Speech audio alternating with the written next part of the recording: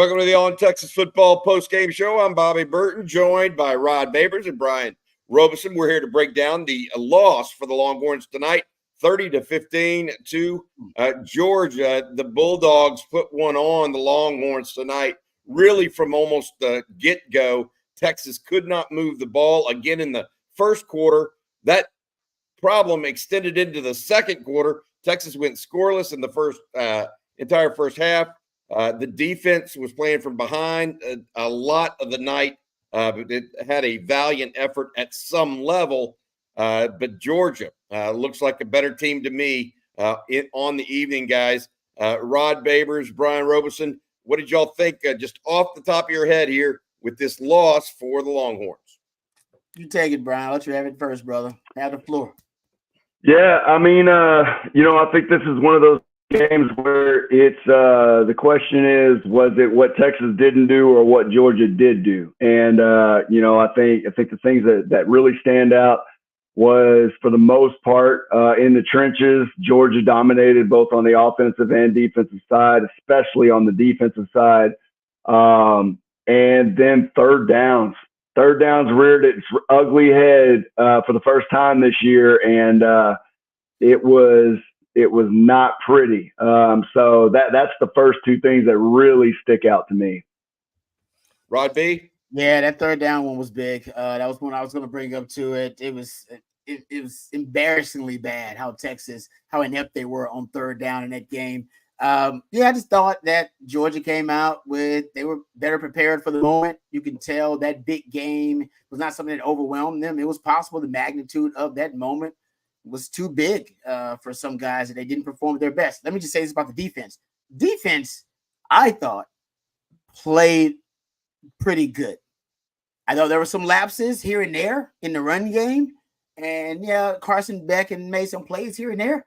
For the most part, you turned a guy that was a guy that's considered a first-round pick into a pretty inept quarterback. I mean, he was a liability for them a lot of the time throwing the football. And when you look at the overall production of run game, ETN's a damn good running back. Guys going to play on Sunday. NFL running back, right? No doubt. But they didn't overwhelm you in the running game.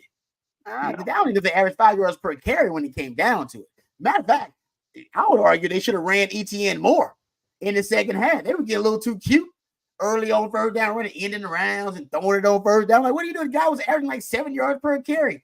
That average for him, that decreased exponentially when they started running the ball on like the last couple of drives of the game. At one point, guys, in the third quarter, these guys averaging like 7 yards per carry. And they decided, we got to do other stuff on first down or down. So they kind of did Texas a favor there. But when you look at the box score, and you look at the play-by-play chart, the Texas defense gave Texas plenty of chances to win and be in this game. To me, the offense, if they hadn't been that dreadfully bad in so many different areas. Listen, last week you were able to win with Quinn having an off game because your running game was on, O-line played well. There were different areas of the offense that were able to achieve at a high level. Which part of the offense played well in this game? Which element? Maybe the receivers. Okay. Maybe the receivers. They thought he couldn't give them the ball. I agree. That's guys were open. You're right. I agree with you guys largely. I think that we talked all week about whether or not Quinn was going to have the time. The thing that I think maybe I was most disappointed in was the offensive line getting beat. But a lot of times Quinn doesn't step up. He doesn't give his tackles a chance. I could just, if Brian Robison went out there, I'll just put this out there. You'd go outside on Quinn every single time because he never steps into the pocket, Brian. And so I think that of all the things, I think the thing that was most disappointing in what I saw tonight that was bothersome was you can't have enough tight ends or enough backs chipping if you can go around the edge when your quarterback doesn't move into the pocket. He bails backwards. And I mean, the fourth quarter was an ugly quarter for Quinn overall. not the third quarter was a good quarter, but that inconsistency, man, against an elite team, and this will not be the last team that can rush the passer that we see in the SEC year after year. So I hear y'all. We talked about it in the pregame or in the all week long, whether or not the Texas offensive line could hold up and give Quinn more time. They could not. Georgia's offensive line, even though Carson Beck did not play great, they did give Carson Beck more time. And I think Carson Beck did a better job when he saw the pass rush coming. Yeah. And their quarterback threw 3 interceptions, and he played better than the Texas quarterback, in my opinion. I mean, I'm just telling you. So, look, to y'all's point, though, I would go back to what Brian said and what even you said a little bit. This was a game where Georgia looked like the better team, period. Like you could say, oh, well, if Trey Wisner would have caught a pass underneath early on, that could have changed the complexion of the game. But Georgia looked better to me. And Georgia had some drops as well. That could have changed it. I mean, it can go both ways. Yes, exactly. I agree with you, Brian. I thought they just looked like the better team. More athletic, bigger, faster, stronger. Maybe I'm wrong, but their running back played really well. They've got a guy that can run through some tackles. But we'll see where it goes. There was definitely some different pieces of this. We need to talk a little bit about some other things and take some chat questions as well. One of the things I want to address is the bad situation that I think happened for the Longhorns in the third quarter after the Jahdae Barron interception. It was a bad call. I mean, it was not pass interference, in my opinion. You guys may think differently, but that's not something we like to see Texas fans do. I mean, to delay the game with water bottles thrown on the field, not a good look. And I hesitate to think what's going to happen in college football if you throw stuff on the field. Are you going to get a call overturned every time? It just sets a horrible precedent. Let's go to that play real quick, because I do think that maybe, in some ways, maybe the play of the game that we'll remember more than any other in this game. What do y'all think about that? Yeah, I think for me, I mean, listen, here's the deal.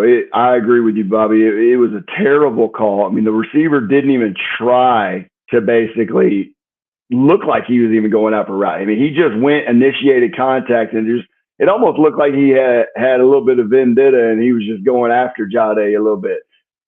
So, yeah, the call should have never been made in the first place, but guess what? It was.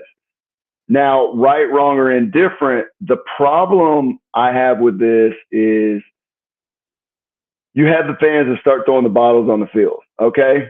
And in this situation, it worked out for Texas, right? But are you setting a precedent? And Rod, we talked about this a little bit, and you actually used this exact word. Are we setting a precedent for other fans to say, hey, that worked for Texas? If there's a bad call, if we can just get them to think about it for another 2 or 3 minutes, they'll overturn it. So let's throw some bottles out there. Like, it's kind of a bad look. You know, hey, much respect to the refs getting together and overturning that call. I will say that. But people are going to think that this was because of what happened with the water bottle throwing situation. And that's just, that it really couldn't be further from the truth, even though it did give them that time to really get together and talk about it. But it's not something that should be utilized. It's not something that should be part of the sport. Yeah. Now, Texas, we all know Texas is a classier fan base and that start throwing stuff on the field. So no, you see Sark, it upset Sark. Sark had to go over there, plead with the fans, like, hey, calm down. And I believe that the refs could penalize the team if they wanted to. I believe they are within their purview, right, to penalize the team because of the fans. So you could have been a penalty, probably should have been a penalty on Texas. It wasn't, because they had a chance to look at that horrible call, which I agree. You're right about that. It's a DB, I would tell you, because you just said about the receiver initiated contacts. I don't even know how by definition of pass interference it could be interference. It shouldn't be pass interference. He initiated the contact. Yep. Yeah, I mean, so I don't know how they made that call, but it was bad. You're right.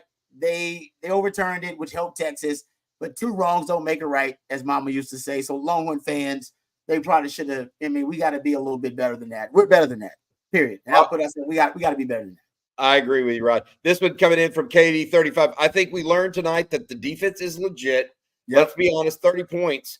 But besides the last drive, how many of those other points were given up on less than 50-yard drives because the offense was so inept? Our producer told us as we were going into this live stream, there were only 2 drives by the Georgia Bulldogs tonight that were longer than 35 yards. Only 2. 2 scoring drives. Yeah. And so that's pretty strong for the defense. So, Katie, I hear you, dude. The defense is legit. I'm really worried right now, as much as anything, about the offense. But what did y'all see from the defense tonight that y'all liked? You two guys, what did y'all see that y'all thought Texas did well? Takeaways, baby. Takeaways. Takeaways is the name of the game, man. Takeaways. They took away the football. You had 3 interceptions, and 2 of those came so early in the game. I felt like that, man, Texas it was so weird. They had all the momentum early, in my opinion. Now, the offense didn't help them really kind of cultivate that momentum or to monopolize it, but the defense was doing their part, man, making big play in the red zone, right? You got that big interception in the red zone. Makuba got his interception early, and I'm sure this is my conspiracy theory because I don't know when the headset came back on for them or whatever. I don't know. Something's fishy's going on there. They should investigate the headset thing because Kirby, all of a sudden, Georgia's headset communication goes out, which means by the rule, you can't use your headset communication either. And then, if I'm not mistaken, right after that, within like a play or 2 of that, that's when the strip sack comes, where Quinn's like, oh, Quinn doesn't see him because even though he's lined up there because it's a great disguise, but maybe Sark could have warned him about that. I don't know. I'm just saying I don't like it. And that's when the momentum kind of shifted. It's right after that headset communication issue. But my point is the defense took the ball away and they came up clutch in critical moments. The defense gave you a chance to be in this game, and their offense squandered it pretty much. Brian, what did you think of the D? Yeah, I mean, you look at it and your initial thoughts is look at the 30 points and be like, oh man, the defense didn't come to play tonight. Well, that's just not the case. I mean, when you look at it, like you said, 2 drives really in the game. You look at the turnovers, three turnovers. You look at man, like I can't say enough about Alfred Collins in this game. He was the guy in the middle that really made some big plays for this Texas defense on first down, second down, and third down. Obviously, Jahdae Barron had a big game, a couple turnovers. But you look at even some of the touchdowns they gave up early, it was because they were getting tired. Like, I hate to say it, but when you're 3 and outed and then defense got to go back on the field and they make a stop, they get a turnover, and then they're 3 and outed again and they're back out on the field. I mean, I would be interested to see the play splits in the first quarter, if not going into the second quarter, about how much more the defense was on the field versus the offense. We talked about this a little bit last week, about one side picking the other side up. And tonight was one of those situations where I think the defense allowed Texas to stay in this football game. They just needed a little bit more from the offense. And early on in this game, it looked like it was going to get out of hand. And the reason I bring that up is because you saw in the second half, you just extend some drives a little bit, not even finish them, but extend them a little bit, and you give your defense just enough of that recuperation that they need to go out there and make the stops, make the plays. I thought for the most part, the defensive line handled the offensive line pretty well for the most part. I just thought in the critical situations where they really needed to stop was where Georgia's offensive line was able to get ETN, just a little bit of space in order to get, a 6-7 yard gain, get a first down, get, something like that. So overall, man, our defense, all that being said, our defense is legit. Like, they are legit ballers. They're ball hawks. They play hard. They're legit. Yep. Agreed. Yeah. I look at it, and you mentioned those guys. Barron Sherrill had a couple quarterback hurries. He played well, but Johnny Barron with the pick, with 2 picks. Andrew Makuba with 1. By the way, our CJ Vogel texted in to let us know Andrew Makuba ran off the field or jogged off the field tonight. That's so good. that's great. That is really good news. I was a little worried about that. Oh, there it is. Where's he at? Said he walked off. There you go. There he is. Good. Oh, that's a limp though. That's good. That's better than not being able to walk over at all. Better than not walking, but yeah, exactly. Yeah, that's not a jog. That's more of a limp, but that they could have been much worse. They wouldn't be letting him do that if they thought it was structural damage, right? Agreed. Y'all's opinion? Yeah. Okay. He won't be available next week, though. Probably. I mean, that's just the reality of it. So your safety position, Derek Williams, are obviously out for the season too. Got some depth issues now at safety. Just throwing it out. Yeah. With now you're going to go with Jelani McDonald most likely, along with Michael Taft. Yeah. And that won't have many people to rotate in there. I guess Jordan Johnson-Rebel will get the call in that regard. All right, guys, I want to say thank you to our sponsor. Every post-game episode brought to you by our friends at Flight, the next generation of light beer with only 95 calories. It's an upscale light beer designed to elevate the customer experience with more taste and just 4.2 carbs. Flight's an easy-to-drink beer with a crisp taste. Try Flight from Yuengling. Thanks to the fine folks at Flight and our friends at Faust Distributing. Let's take a little bit of look at the stats here, Matt, if you don't mind putting those back up for us on the screen so we can talk about them a little bit. Texas, Brian, you used the word out of hand. I felt like Texas could have been boat raced in this game if it weren't for the defense standing up a little bit. They caused 3 field goals in the first half, right? They forced 3 field goals in the first half. Otherwise, the Texas offense did absolutely nothing. I think Quinn in the first half had net negative yardage as a quarterback. That's unheard of. I mean, for a quarterback to have net negative yardage, he did have some success in the second half. What does Sark have to do to start out faster? I think they finally got some semblance of offense going when they really committed to the run game in the third quarter. But what do we got to do to get this offense going? Or is it just they don't need to be playing Georgia? Well, you started slow last week too, right? You started slow in the first quarter last week. And I'll admit, we got to get some credit. These are 2 good defense. These are the best two best defenses you played all year too, in Oklahoma and Georgia. So I think you got some respect on the other side. But to Brian's point, man, you had, I believe it was 6 drives. They ended up being 5 plays or fewer offensively in that first half. So I think teams are starting to figure out, at least the really good teams are starting to figure out offensively how Texas likes to get Quinn in a rhythm. And we all, how does Sark like to get Quinn in a rhythm? Do y'all know? I know. We all know. Yeah, quick throws to the outside.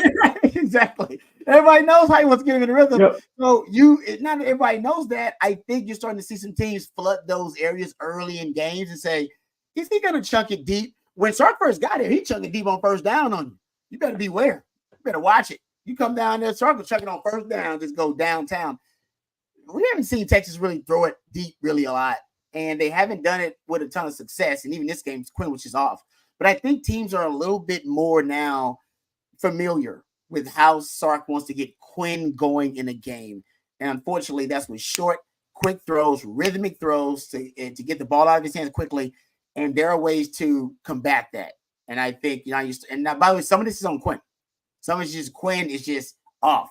Injury, maybe he's just having a couple of bad back-to-back weeks. I have no idea what's going on. But we're starting to see mullet Quinn. Like not the Quinn that was projecting to be a first-round pick and the guy we thought could contend for the Heisman. For some reason, we're getting flashes of mullet Quinn now, and I don't know why he's resurfacing. I don't like him very much on the field. He's a good guy on track field, but I don't like mullet Quinn. I like the dude, clean cut, shaven Quinn. He was great. Crew cut Quinn, whatever. I don't like mullet Quinn, man. He's unpredictable and he's volatile, inconsistent, and that's what we're seeing. Look, yeah, I mean Go ahead, Bobby. No, it's all you, Brian. Go for it. Man, I think this is going to be the first time this year, Rod, that me and you kind of start to split a little bit. Like, I'm sure we'll come right back together. But here's the deal, man. Like, I don't think all this is on Quinn. Like, I really don't. He did not have the time in the first half. You really want to look at some of the stuff. I think when you look at some of the play call early on, like you said, how do we get Quinn in a rhythm? How has Sark always got? It's been, shallow crossing routes, quick routes, out routes, things like that. Get the ball out of your hand. We've always seen that out of this early play script, right? Tonight, there was something a little bit different. Wide receivers were getting locked down on vertical routes. There was some shallow crossers, but they were only bringing one or two guys shallow and then running everybody else vertically. That hasn't always been the MO of Sark. It's always been, quick, get the ball out of Quinn's hands. Let's take 5, 6, 10 yards and just keep methodically moving the ball down the field. So I don't think all this is on Quinn. And I had this conversation actually because I got texted tonight by a buddy of mine. It's like, it's time for Arch.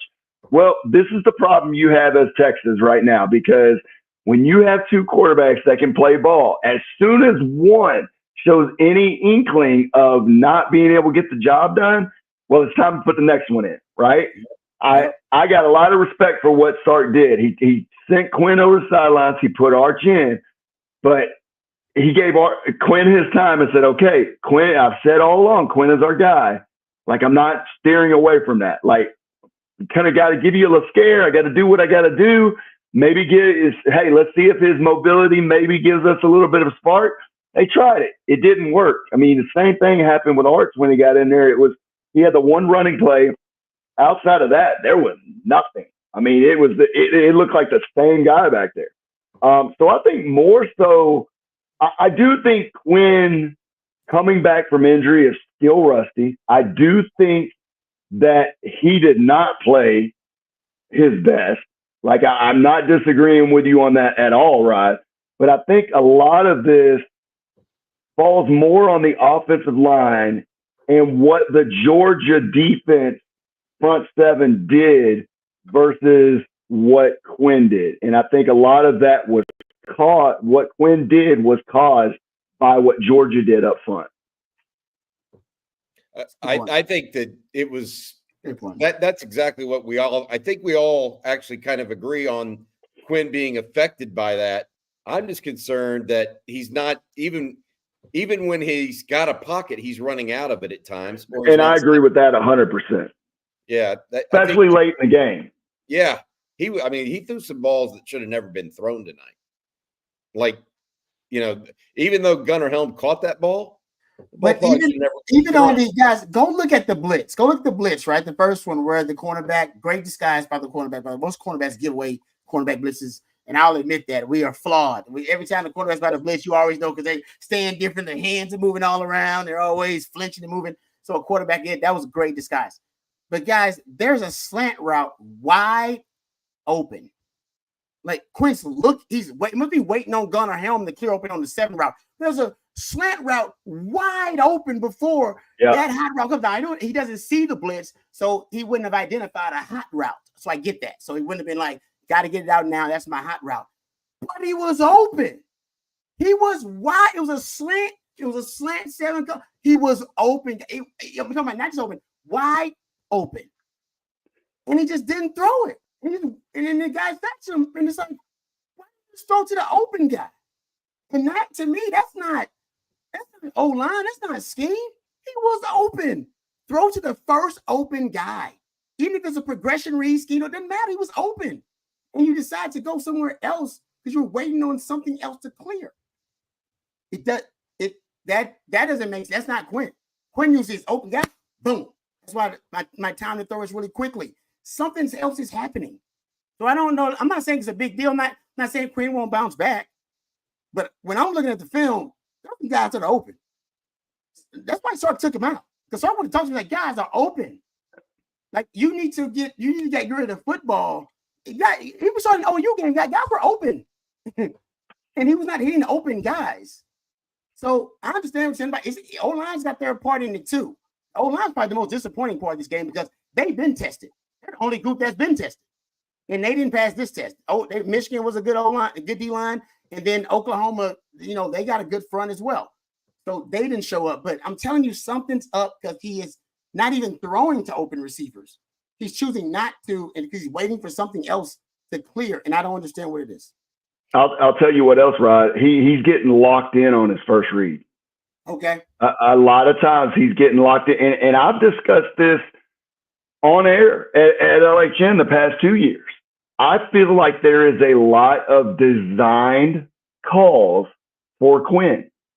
And when that read is not there, he stays locked in on it till it either opens up or by the time he realizes that read's not there, it forces him to make a mistake or whatever. You look at the I think it was I'm trying to remember what it was, but there was a play where he got locked in on his number one read. Matthew Golden made a quick slant move, came wide open. Like there was nothing there that told Quinn to throw that ball. But he never went through his progression to find the next guy. And I think now the question becomes, is it because at that point in time, Quinn did not think he had the time to get to a second read? Is it that Quinn is locked in on a first receiver because that is where the ball is designed to go? I don't know. I'm not in those meetings. I don't know what the exact answer to that is. But there is something to it, and I agree with that 100%. There is something to that, and we've seen this when he comes back from injury over the last 2 years. It takes him 2 or 3 games to really get going. And in the college football season, you don't have it. This is the first year you might have that because you have the 12-team playoff. You've got a cushion if you get a loss. That's true. But guess what? You get a second loss. Good luck. Yeah. And you guys talk about Quinn may have lost some money tonight in the NFL draft. Carson Beck may have lost. He lost. Yeah, he did too. Both of them. They both lost money today. I ain't gonna lie. Shadur Sanders' stock just went through the roof. Who did? Shadur Sanders. Yep, Cam Ward too. You're right. Cam Ward. Yeah, those other guys. Because I don't like what I saw from either one of these quarterbacks. And maybe the defenses were just that good. We got to give credit to the defenses. Well, and even Carson Beck, you saw the first half of Alabama. I mean, if you just take that snippet, second half, everybody's like, oh, well, he's back, whatever. But then tonight, he does what he does. I mean, here's the deal, man. College football landscape right now is on a whole nother level. You just don't know what's going to happen. Like, and here's the deal. Texas fans, get ready. You're going to hear it for the next rest of the year. Welcome to the SEC. You finally played a good SEC team, blah, blah, blah, blah, whatever.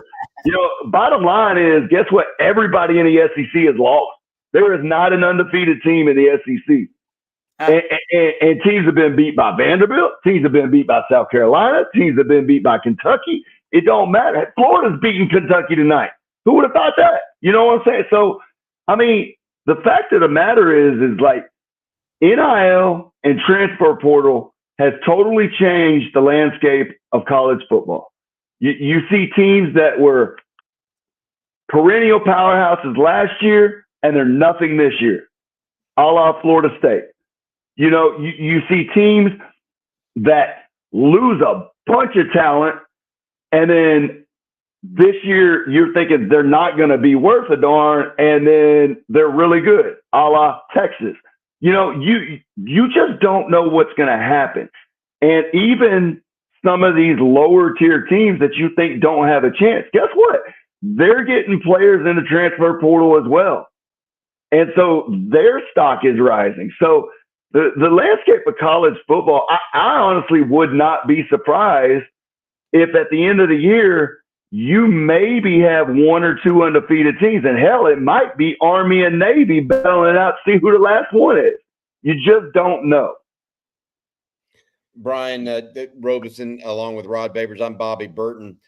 This is a big loss for the Longhorns, 30-15. I got to say this. The stadium and the atmosphere today were unbelievable, absolutely unbelievable.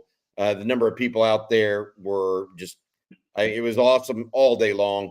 Tough loss for the Longhorns, but one that we can't say you can't put it on any single play in that game, in my opinion, because frankly, I thought Georgia kind of just dominated the game up front, as Brian and Rod both talked about. All right, we're going to go to y'all's questions.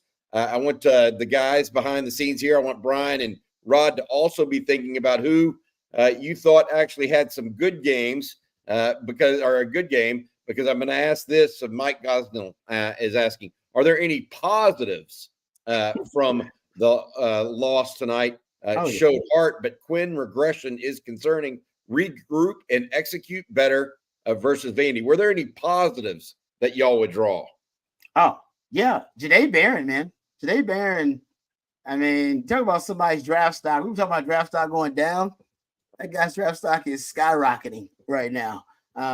He's been one of the best corners in the country all season long and proved it. And once again, the defense. I think we get the 30 points is 30 points. I get that. But when you actually go beyond the box score and you watch the game, you realize, man, that Texas defense bowed up and they played clutch in critical moments, And so, of course, Georgia made plays. I mean, Georgia's one of the best teams in the country. All right. So they made plays, but that Texas defense made Carson Beck look like a mediocre quarterback, which he is not.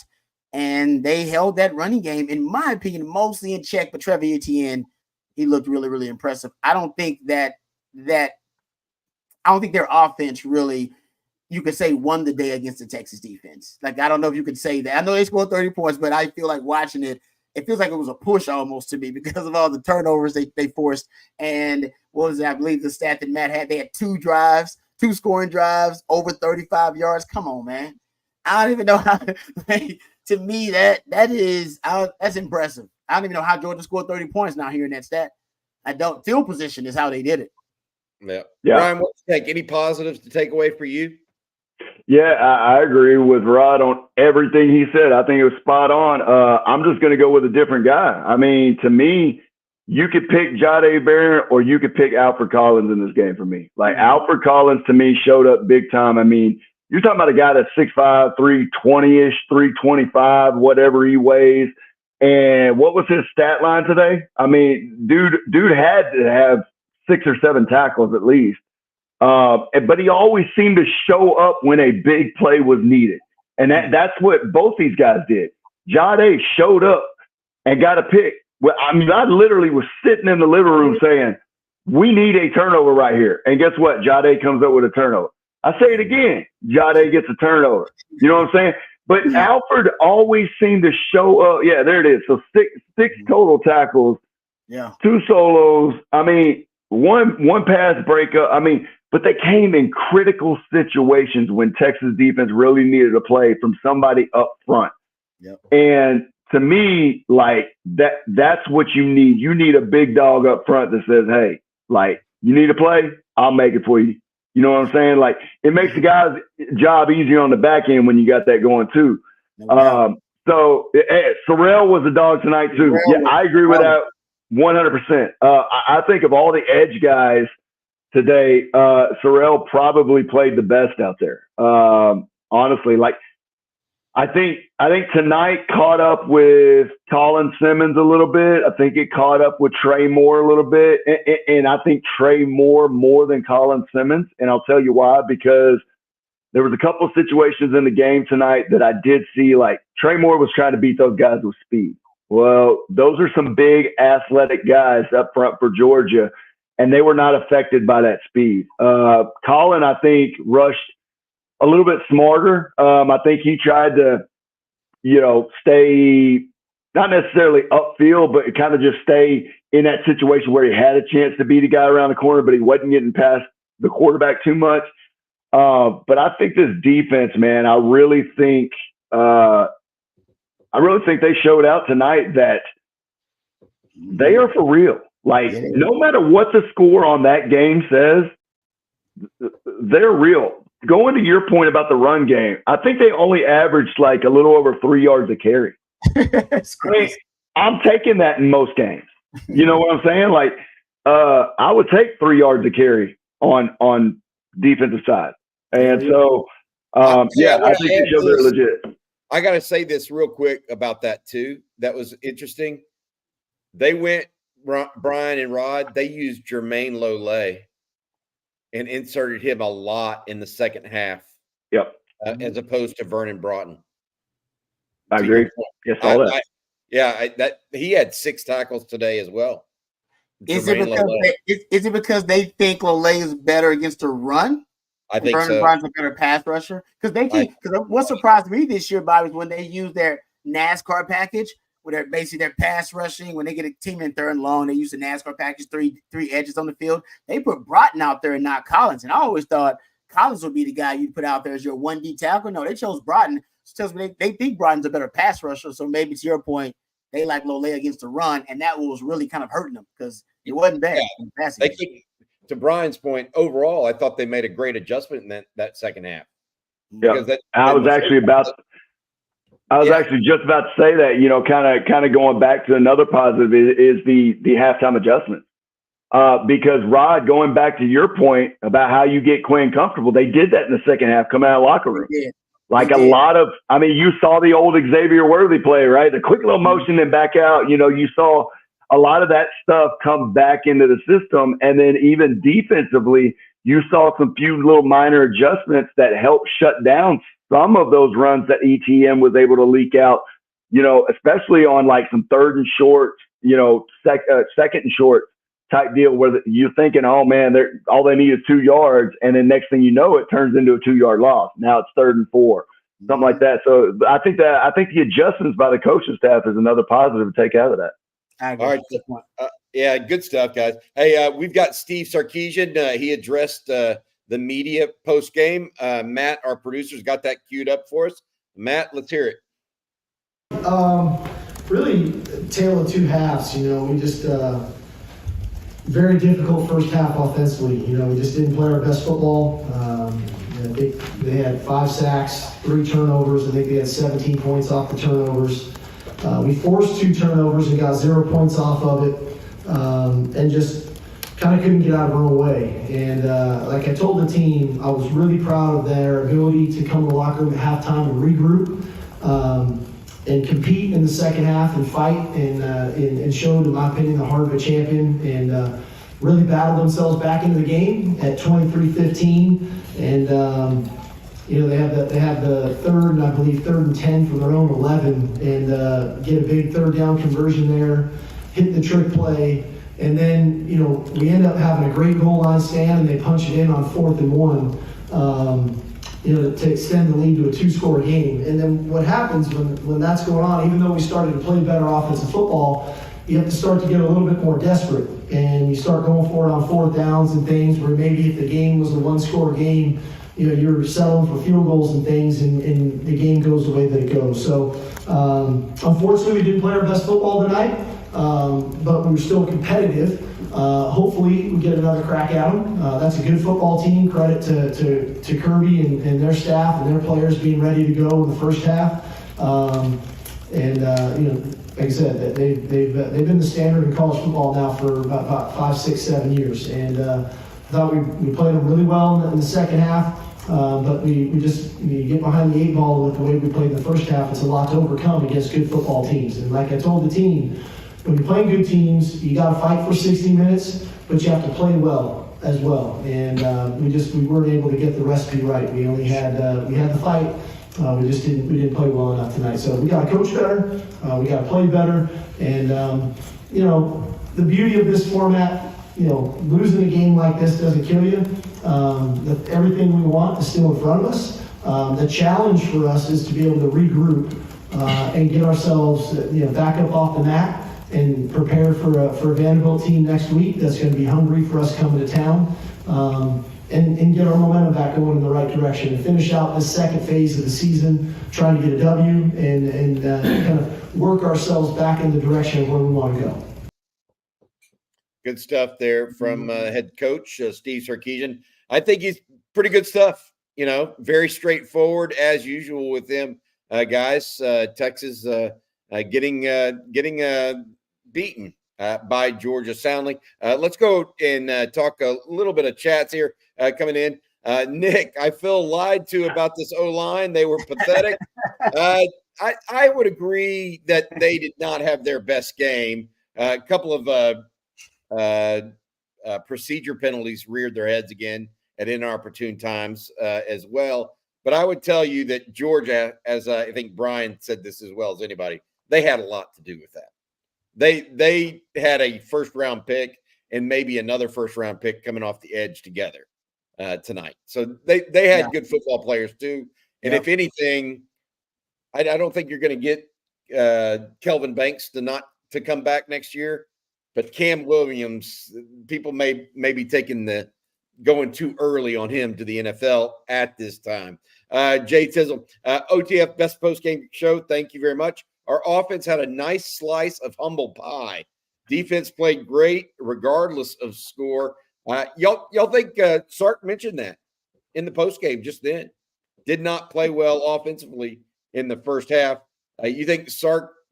We got to find a way for Quinn to get going, or to get the run game going that allows Quinn to sink his feet in a little bit more.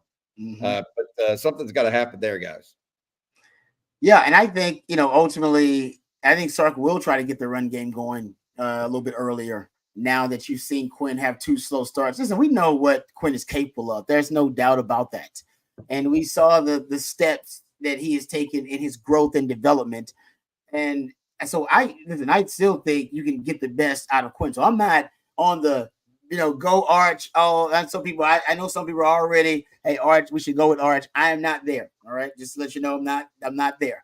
I am critical of Quinn and his play in the last 2 games, but I am not oh man, we should go with Arch yet. I do think that Sark now has to make it a priority that, that get Quinn off to a better start in games. Because I think it'll help when you go up against, lesser defenses and some of the best defenses in college football. But, I think everybody now seems to be on the same page as to how you get him going. Bobby says, I'm not there, but I'm not far away. Yeah, listen, I was shocked that Sark did it. Honestly, I was shocked. He been asked about it all week long. Yeah. He was asked about it on Friday and literally wouldn't take the question. Not Friday, but it was on Thursday. Maybe he was asked about it. He wouldn't take the question. He was like, "Next question." We're not entertaining such asinine, content. And then, in the second quarter, he benches him and puts in Arch. And so I didn't hear what he said about it in the post game. But I think ultimately he's going to say, "Hey, I just wanted Arch to settle. I wanted Quinn to settle down. I brought Arch in so I can settle Quinn down. I need some time to settle him down." And that's why Archer's in the game to see if we can provide a spark. But you do have to be careful. I lived through the Sims Major Applewhite stuff, and no coach intentionally tries to start a quarterback controversy. No, you're trying to give your team the best chance to win. That's all you're trying to do as a coach. Like, I'm trying to win. And then because of who you choose to help you, obviously lead the team as a quarterback, you can oftentimes give the wrong message as a coach. And Sark's got to be really careful. That's why I think Sark made sure to put Quinn back in. Like, no, Quinn's back in because Quinn's the guy. Just so I know, that's the message. Quinn's the guy. There is not a quarterback controversy, so Quinn's the guy. And he didn't want that. And I think that was a smart thing to do. But you want to be wary of that because, listen, you can divide a locker room. People don't want to talk about it, but it is possible that guys in the locker room have also a different opinion because they're grown men about who gives them the best chance to win. And I was in one of them locker rooms where, hey, we were all cool and we were all, teammates, but some guys thought this guy gave you a better chance to win. Other guys thought this guy gave you a better chance to win. And I don't know who was right still to this day. I'm not sure. I don't think we ever figured it out. I don't think Matt figured it out, unfortunately, but you don't want to be there. You don't want your team divided in that manner. So that is also something that Sark's got to figure out this week. You don't want that. Yeah. All right, this one, guys, from Britt Rasco. Sark should have either stuck with Quinn or stuck with Arch. He has now started a QB controversy in Britt's mind. Arch could have won that game. I don't know that either quarterback wins that game. I mean, the amount of pressure that Georgia put on Texas tonight was overwhelming at times. Brian, you think even if Arch goes in there, I didn't see it from him. I don't know that he would have made a difference in this game in that way. What do you think? Well, I can see why people would think about that because the first thing you think about with Arch is the mobility factor, right? Yeah. You've got a guy that, and hey, he showed it on that first drive. He got that big run out the deal. But here's where I say it probably still didn't matter. What did Georgia do after he got that first run? They started spying him. They put number 11 back there, and they said, hey, you going to spy him. No matter where he goes, you're going to be his shadow, right? And that's what happened. And so to me, I don't think it really would have made much of a difference. He still would have had to throw the ball. He still showed in the second quarter, even Arch wasn't having time to throw the ball. And I just think at the end of the day, the Georgia defense really just overwhelmed the offensive line and our quarterbacks. And then what do? Do you start max protection? Well, now you've got less guys going out on routes trying to block guys up front, which is not a good combination to have. So, I mean, I think kind of going back to what Rod was talking about a little bit too is most teams establish the run game to open up the pass game.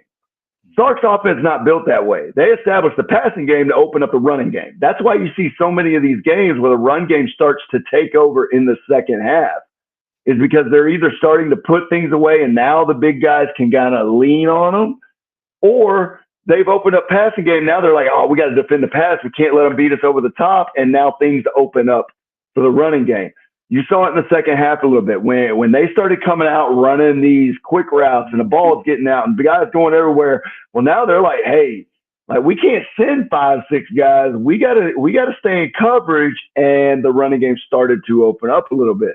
So I think that's something there that really has to be figured out as you move forward. Not so much the quarterback deal. I don't have a problem with what Sark did. Like, hey, let's just see if the mobility, and I don't know if this was his thought process, but let's just see if the mobility of it changes the game a little bit, changes the dynamic. And I think after 2 drives, we saw it's not changing the dynamic. We got to go back to what we do and just do it better. Yeah. I think it's a great way to put it. Slick Rick, Georgia D-line was blitzing. It was overwhelming for the Texas offensive line. Ewers looked scared, and his footwork a major concern. We also had no pass rush. I thought Texas actually got after the quarterback pretty good. They didn't get home necessarily, but they got after him pretty good. But yes, I do think that there's a timidness right now of Quinn Ewers that we thought had been, knocked out of him a little bit last year and earlier this year, but it's returned, and his footwork has been a problem. He just not stepping into throws like you'd like to see some guys step into throws. But we remember the Michigan game, though, and he dealt with the blitz happiest. Stepped up. Right? I mean, against a deep. I mean, he's got NFL players that are going to be drafted in the first 2 rounds on that defense. It's stupefying. It really is. Like it's hard not to connect it to the injury and the time that he had off, because that's when he's been different. Like that Michigan game, that was one of the best games I've seen Quinn play. And I think too. I think there's 2 things that I'm thinking about here as we're talking about this. One is the line's been pretty much together for the last 3 years. Mm-hmm. When was the last time they really had a bad game? You really want to think about it. Yeah. I mean, you really want to think about it. I mean, you're talking about the same O-line group that went against Will Anderson and Dallas Turner. And that's the last time I can really think that somebody got after them. And even in that game, they really didn't get after them too much. I mean, I can't think of to this magnitude, I can't think of a bad game that this group has had. My point to that is, yeah, it was a bad night to have a bad night, but you had it. To me, what's going to be more telling about this group is how they respond next week. Because the blueprint is there. If you want to beat this offensive line for Texas, the blueprint is there. Georgia has put it out there, and we all know football is a copycat game. Watch Vanderbilt. They're going to do it. They're going to do the same exact stuff that Georgia did. So can this offensive line respond, and can they say, hey, we had a bad night. That's not who we are. Let's get back to who we are and dominate. Let's see. That's going to be the more telltale sign for me is what they do moving forward. Well, they got to do something, because I think that we'll see whether or not it was scheme from Kirby Smart or players, and it may have been both. to be fair, I right? agree. That's the reality. All right, look, some other questions. Jose Rodriguez asking about Quinn. What do we think about Arch coming in? I think we talked about this. We felt like it's okay, and Brian's talked about it. Maybe his mobility gives you a little difference. I want to add this: when Quinn is in the game, they run a lot more motion than they do with Arch, and they actually moved the ball in the third quarter. A lot of motion, and they use the pony package a lot to do it and get things going. Got two backs in there. Jaden Blue, by the way, this is going to be interesting. Did not have a single carry tonight. Not a carry in the run game, but was used as a receiver. Justin Yarbrough, we all got some humble pie. The O-line was the most disappointing we have seen in years, but the team never gave up. Practice this week will be crucial moving forward. I got to ask you guys that you guys have suffered losses in your Texas career. How do you pick your boot? How do you pick yourself back up after a big game loss like this? I think for me, it's you as the player have to be critical on yourself. You as the player have to go into that film room, open your mind up, and look at the film and say, I sucked on that play. I sucked on that play. And point yourself out, right? I also think there's got to be some accountability for it, right? You got to be able to stand up and tell your teammates, hey, man, I let you down, right? And then the third part of that is when you get to practice, hey, you bring it. It ain't no lollygagging. It ain't going through the motions. We're not going against scout team. Like, you need to make me better. Like, and Rod, you know what I'm talking about. We've all been there where we got demoralized and it was like, hey, like it's time to rock and roll. Like we can't let it happen again.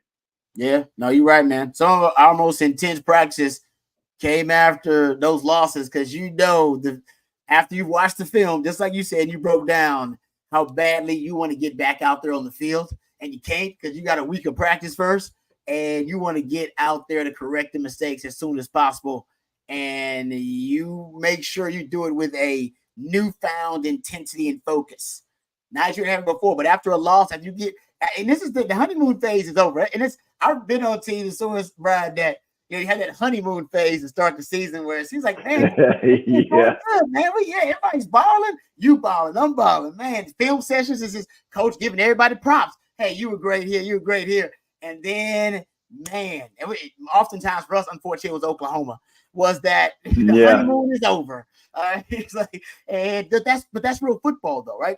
How often times we talked about this? And Bobby, I'll give you props. You were the first one to say it. We were re-predicting. It was like, I think Texas is going to go undefeated. I think they're going to be 12-0. It is like Bobby's like, you know how often that happens. You know how rare that is when teams go undefeated, no matter how good they are, or great they are, because that's football, folks. It's a week-to-week thing. All right, and you got to try to be perfect every week, and it doesn't happen. And football is also about matchups. Some people just match up better with different teams. Like Michigan, that was a bad matchup for them. We were ready to whip Michigan. Everybody knew, like, oh, that's a bad matchup for Michigan. They don't look good at all. All right, turns out Georgia, better matchup for Texas, matchup-wise, because it's a fight. It's a fight, and you're going to get punched in the mouth in the fight. You're going to get punched real hard. Sometimes you might get knocked down, just like you knocked down now. And it's all good. As long as you don't stay down. So Texas going to get back up. And I said, we always underestimate how teams can get better week to week. And that's why the beauty of a playoff, because Brian played in playoff games. I never did. I was on teams that was good enough to play in playoffs in the NFL. So Brian will tell you, playoffs, the dudes in the league think differently. They think about getting better week to week because you're going to get beat in the league. Somebody's going to beat you. You're going to have a bad game. You're going to have a game. You're like, how the hell y'all lose to the team in the bottom of the division? How'd that happen? Well, any given Sunday. Well, we're having more any given Saturdays now. But it's okay. Yep. It's a playoff, baby. And as long as Texas keeps getting better week to week, y'all know what this team is capable of. We've seen the ceiling. All right. We know what they can do. But now I think it's time for the reality check. The honeymoon's over. It's all good. We wasn't going the undefeated. I'm glad it's over, honestly. I'm glad. The pressure of, we were undefeated. No, you're not going undefeated, but you can still be a champion. All right. You ain't got to go undefeated to be a champion. You can still do it with a playoff. It's all good. All right, Rod and Brian, we'll go just a minute here to CJ Vogel, who is live at DKR, just getting out of the press conferences with Steve Sarkeesian. But first, I want to say thank you to our sponsor one more time tonight, Flight, the next generation of light beer from our friends over at Yuengling with only 95 calories. It's an upscale light beer designed to elevate the customer experience with more taste and just 4.2 carbs. Flight's an easy-to-drink beer with a crisp taste. Try Flight from Yuengling.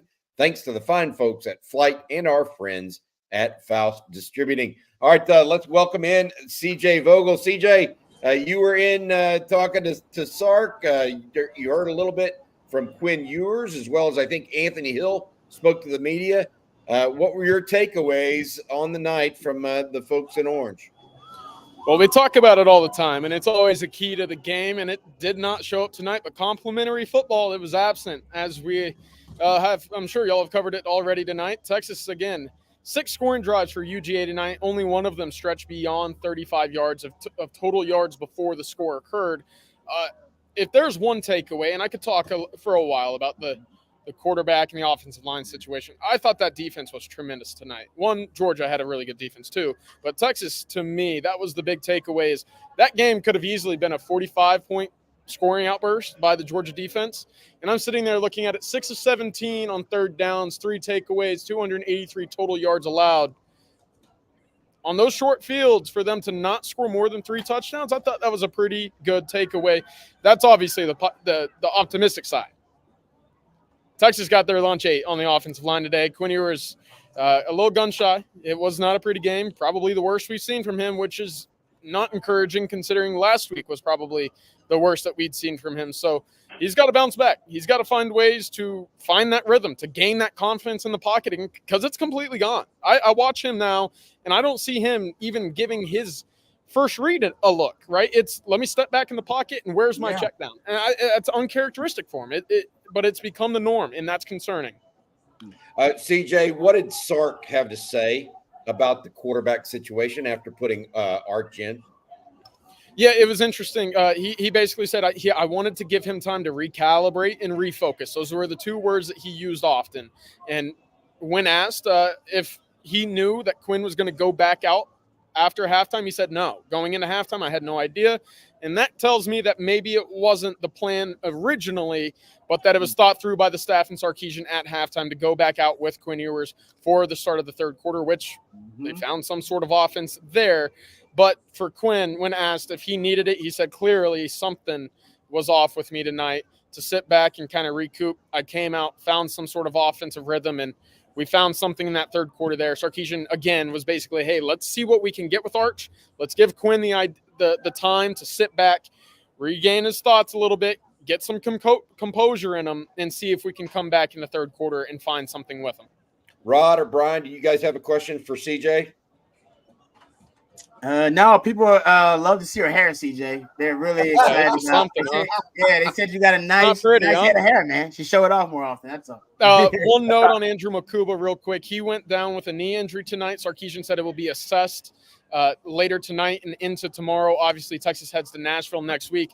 I heard from a source close to the situation, they're hopeful it's a sprain. Makuba was on the bike before leaving the field. You see him walking gingerly off the field. He's got the brace, he's got the towel, but they're hopeful it's a sprain. Again, further tests and evaluations will come tonight and tomorrow. CJ, I got a question for you, man. So you're on the field. You get to see a lot of the stuff that goes on the sidelines and things like that. We've seen this out of Quinn the last 2 or 3 years where it seems like he has some off games when he comes back from injury. He has some off games here and there.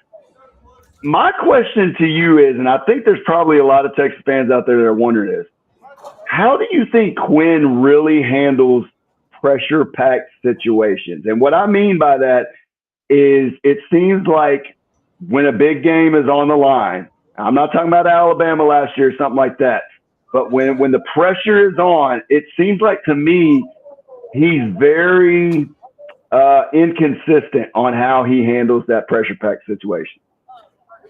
It's interesting. We could talk about pressure in the sense of the big game, the big moment, and then also pressure off the edges. And he handles them both completely different in the sense that Alabama, Michigan, Alabama, again, he's played well in big moments.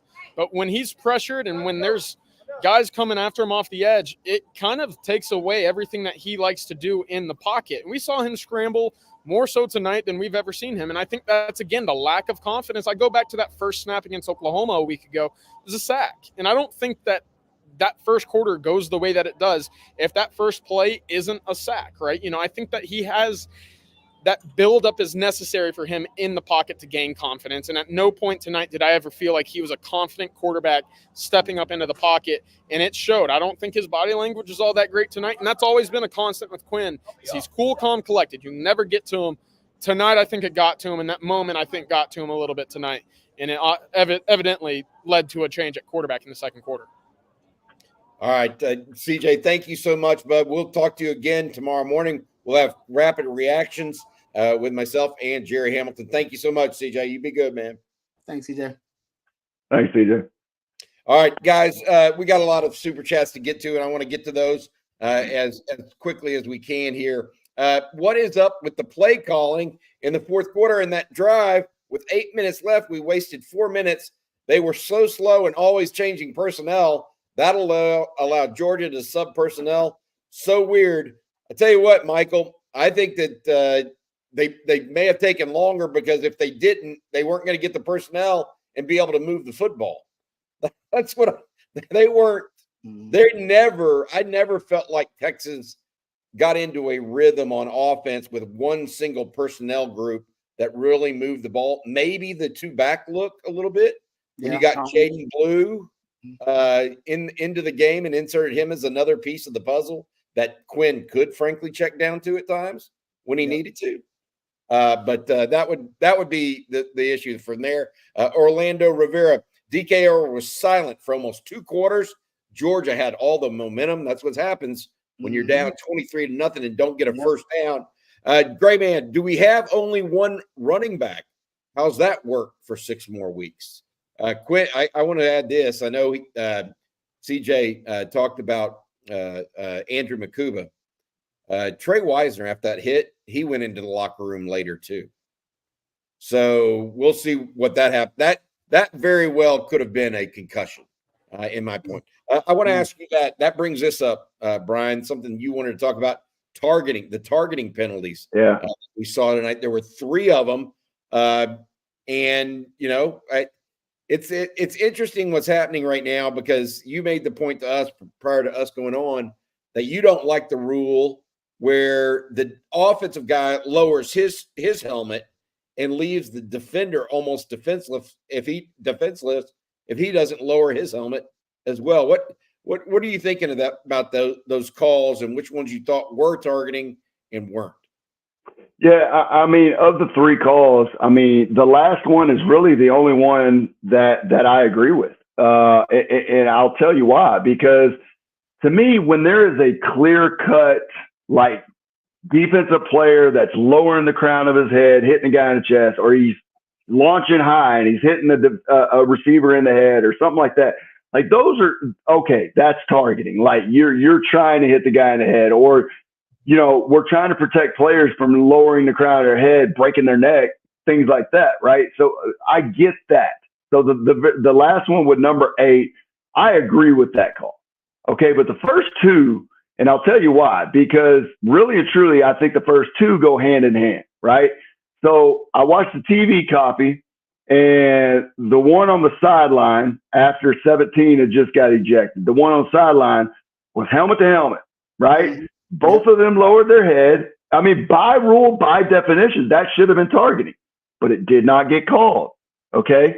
The first one I have an issue with because, and listen, this is me being unbiased here. This is me saying that the Georgia player should not have been thrown out of the game, that to me, the penalty should not have been called. And I'll tell you why.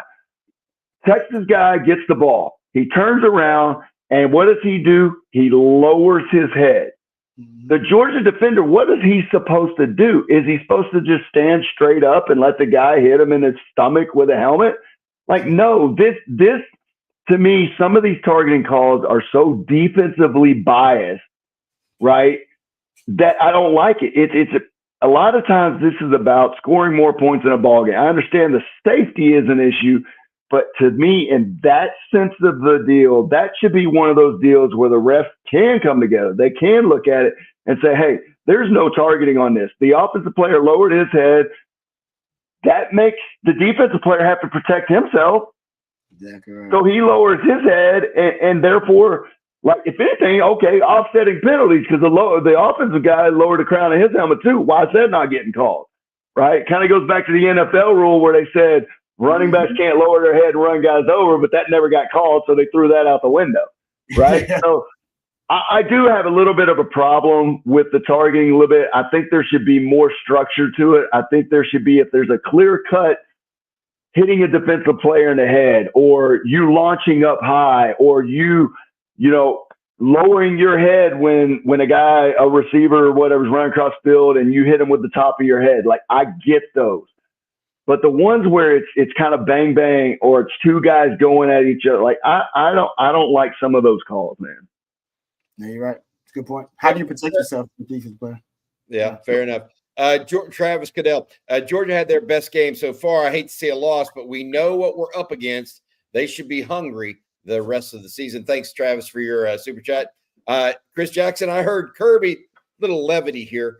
I heard Kirby tell his players they could go to the racetrack if they win. F1, huh? Easy now. Easy now.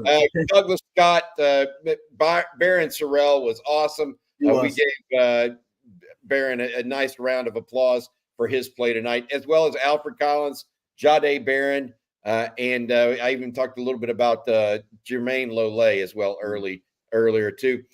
Sugar Bobby, Georgia is what OU thinks they are. I think there may be some truth to that. Georgia's pass rush, guys. Mikael Williams. It made a difference. Number 11. They got a couple dudes. No. Is that what y'all thought? They basically just had superior athletes, the best athletes Texas has seen off the edge so far this year. By far. I want to get Brian's opinion because he knows more about line play, obviously, than I do. But, man, Mikael Williams hadn't played that much all year. He made a difference in that game. You could tell. He was a difference maker, man. Well, and I think, when you look at it, he's healthy, right? He finally got healthy. And when you've got one guy on one side and another guy on the other side, it's a pick your poison deal. Man, I got to be honest. It's like covering Texas's wide receivers. Like, do you cover this guy? Do you double cover that guy? Well, you can't really do that. Well, it's the same thing with those guys. Like, do we slide the protection to him and leave him running off the edge one-on-one? Do we max protect? But, you got to pick your poison. And you saw it immediately. 11 was the guy. And then it was like, okay, we got to take care of 11. And then it was like, hey, 13 said, hey, no, I'm the guy. And, and it's one of those deals, man. It's like, I think Texas offensive line had a bad night. I really believe that. I think it was an off-kiltered night for them. I think the Georgia defense, the schemes that they came with, I think they kept them very off balance. With that being said, I think these are probably two of the premier pass rushers in the country. I think they are probably as good as it gets. I think there's a lot of talk about both these guys being first-round picks. And you saw, like, here's the deal. Like, the one sack on Kelvin Banks looked really bad. It really wasn't that bad. He got a hold of his hands. Like, I'll give him that 100%. He got a hold of his hands. But the thing about him that made that sack happen was his lean. He didn't get pushed past the guy. It was like he beat his hands. He didn't run up the field. He beat his hands and leaned back into the guy. So they are not only talented, they're not only quick, they're fast, but the way they rush was really smart tonight. Yeah, good way to give them props, because I think that those defensive ends may have been ultimately the difference in the game in some ways. Connor Ferguson, do you think Texans can afford to drop another game this year to make the college football playoff. Also, why is it so hard to find Sark's press conference online? The post-game press conference, let me answer that. First of all, that is actually used to be available via the LHN app. They do not do that until the next day, is my understanding, after a game that is nationally televised. You'll be able to find that there. Then let's take that first part of the question. Can Texas afford to drop another game this year? I think they can. I absolutely think multiple two-loss SEC teams actually are going to make the playoff. I agree. With my guess. And I would say this: if you're in the SEC championship game and you have 2 losses and you lose that, you still have a chance to go with 3 losses. Yep. I think yes and no on that deal. And I'll tell you what, I think it depends on who they lose to. Yes. Yeah. Like I don't think they can lose to a Kentucky. I don't think they can lose to an Arkansas. Like I think, man, I don't know. Even if they lose anybody the rest of their schedule, I think it's going to be a hard deal because let's just say Alabama wins out and they got 2 losses. Let's say Tennessee loses another game. Like, do you really take the resume of Texas over a 2-loss Tennessee or a 2-loss? You know what I'm saying? Like, I feel like their schedules are a little bit harder. I think the resume is going to come into play, and I think with 1 loss, maybe you make it back into the SEC championship and you lose again. I think you can make it, absolutely. But I think it depends on who they lose to as well. I'm not even going to go to who I think they can afford to lose to, but yeah. Well, you know what? That's unsayable. I'm not saying that. That's been a great post-game show, guys. We appreciate you. Hey, Jay Wood has a good question or a good thought. I'm not worried. Y'all worried after this game? I wouldn't say I'm worried. I would say I need to see a sense of urgency now, right? Like, I don't think losing this game was the end of the world. I think the 12-team playoff puts you at a little bit more ease losing a game. I think even with 2 games, you still got a shot. But what would worry me more is if they came out next week flat. And here's the deal, dude. Vanderbilt's going to throw a lot of stuff at Texas. They already do it offensively to everybody. They do. Okay. Defensively, they've seen the blueprint. They're going to run that stuff next week, right? So how is the sense of urgency next week? If I see even a squeaker win or I see, them get beat, yeah, I'm worried now.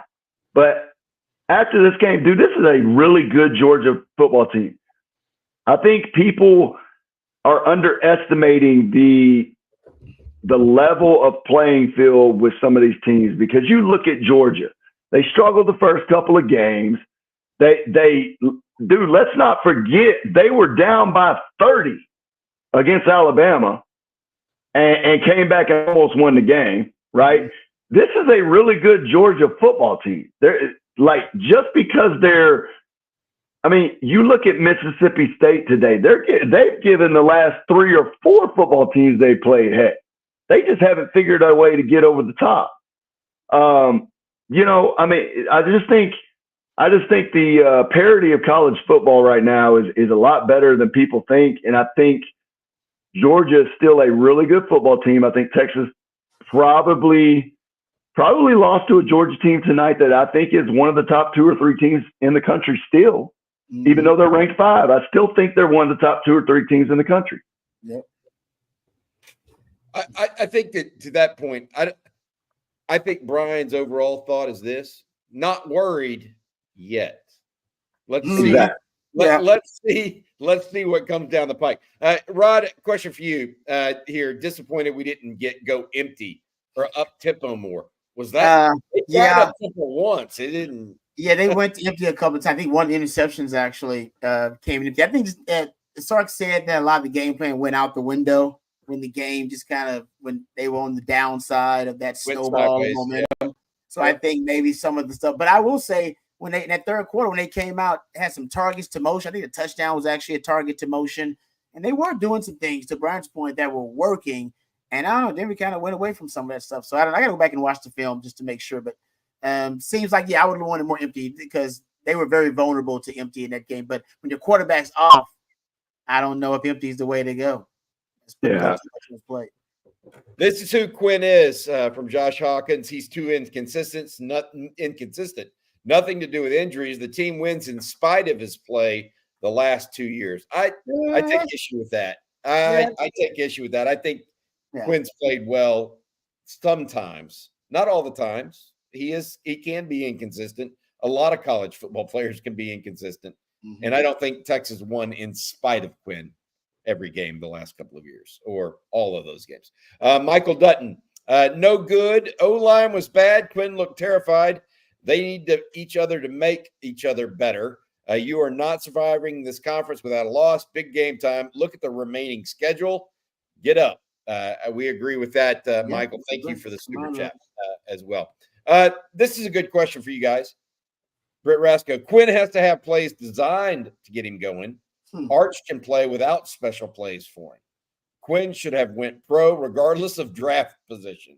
Y'all think that there's an element of truth to the idea that Quinn, I heard y'all talk about it earlier, has predetermined reads for him in this situation, whereas Arch may or may not with Sark.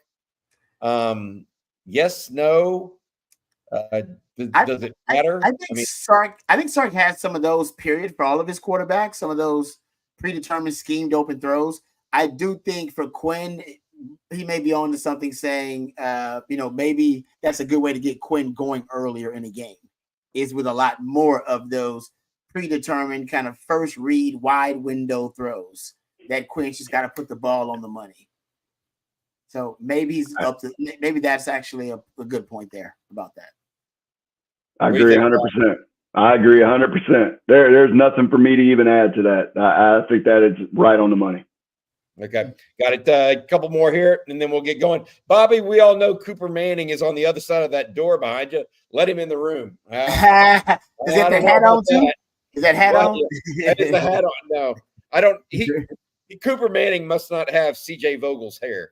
I'll put it that way. All right. I want to go through these real quick, guys, because I do want to get them out. Does this mean we're outgunned for a championship? Horns fan 224. Georgia's offense, really inconsistent play from their wide receivers. Doug Scott, I am worried about Quinn and the running back injuries. I think if Trey Weiser's out against Vanderbilt and you're down to one running back, it's a problem. That, and we don't know exactly what happened with Jarrett Gibson. We did not see him tonight, but maybe they didn't feel like he could go pass pro against the guys that he was going up against as a true freshman. Tubin, Texas, O-line mishaps, talent gap versus UGA or technique. What do y'all think? Was that a talent gap issue or technique? Or was the offensive line pigeonholed and unable to really have a two-pronged attack where they had to really respect the run enough? Man, talent gap. Texas offensive line is pretty talented, man. It's a talented group. You got some guys who's going to play. Like Kevin Banks is going to be a first-round pick. So I don't know if it's a talent gap. I would just go, they had a bad game. Fundamentally, technique was off. You got to give credit to the other team, too. They got some guys that are going to play on Sundays and first-round picks on their defensive front. But I don't know if the talent gap, that could have been an advantage, but I don't know if it was a huge one. I don't know if it was a big disparity. Texas has been building the offensive line pretty. Even on the damn broadcast, they said Texas has the best O-line in college football. Like, if you've been echoing that for a while now, that may not be true. I'm not saying it's true, but I'm just saying it's not a huge talent gap between the two. Like, I don't think that's I think it was definitely scheme related. I think it was technique. And the reason I say that is I think the scheme that Georgia came in the ball game with caused the offensive line to have a little bit of panic. I really believe that they started pressing a little bit. I think you saw some things that wasn't very characteristic of this offensive line, and it got them off kilter. So I think it was more of I guess you would put that in the category of technique. Mm-hmm. Fair enough. All right, last one. This is from Ski Breck. I met him today at the tailgate. It was a pleasure meeting you. Ski Breck at the game tonight. Quinn had wide receivers open all night, 20-plus yards on schedule, and didn't step into it. You know what? I think that is true, and that's something that we all said tonight, and something we'll all go to bed with a little bit. Go for it, Brian. I owe Rod an apology. I disagreed with him for the first time on a post-game show, and kind of got sent a picture. And I told you, Rod, we might do this, but we gonna come back here. So I owe Rod an apology. I think he was right, man. There was, I think Quinn was a little off kilter tonight. I think with the offensive line woes, I think all that stuff too, but there were some throws that were missed as well. That were definitely there. I just think offensively as a whole, like they got to pick it up. They got to figure it out moving forward. Yeah, they did not click. At any point in time, did you think, hey, they got this figured out? Maybe a little bit in that third quarter, but it was quickly turned. I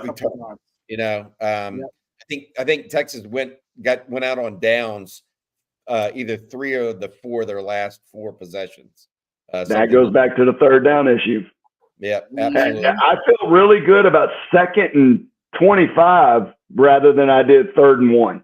Like, just being honest. Like, I would rather than be 2nd and 25. I felt like, hey, we still got a chance to get a first down. Once I saw 3rd and whatever, it was like, oh, here we go, stalled out drive.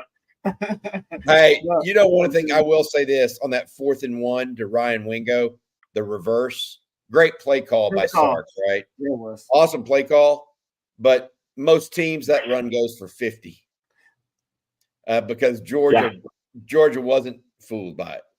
We've already seen it go for long runs already this year, just not against Georgia. Yeah, exactly. Yeah, right. All right, guys. That's going to do it for tonight. Thanks again to our sponsor, the guys over at Flight by Yuengling, the next generation of light beer with more taste and just 4.2 carbs. Flight's an easy-to-drink beer with a crisp taste.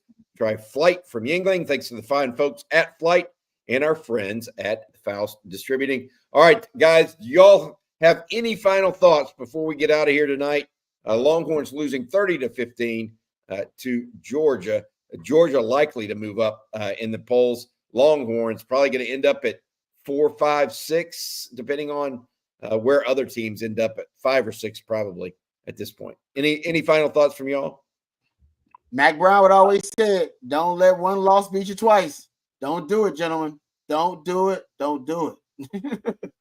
Yeah, I would say, hey, man, don't underestimate the next game either. Like, you got a Vanderbilt team that's hungry. They're on a roll. And, hey, Michigan got whooped pretty good today, so you're probably going to see a ranked Vanderbilt team in Nashville next week. Wow. Good stuff. Only one conference loss, I think, for Vandy this point, as well. All right, that's going to do it for the postgame show. For Brian Robison and Rod Babers, I've been Bobby Burton. Thank you also to our producer, Matt Hutchison. Until next time, and we will be back tomorrow morning with the rapid reactions with CJ and Jerry. Hook them, guys. Texas still got a lot of football to play this season. Damn right.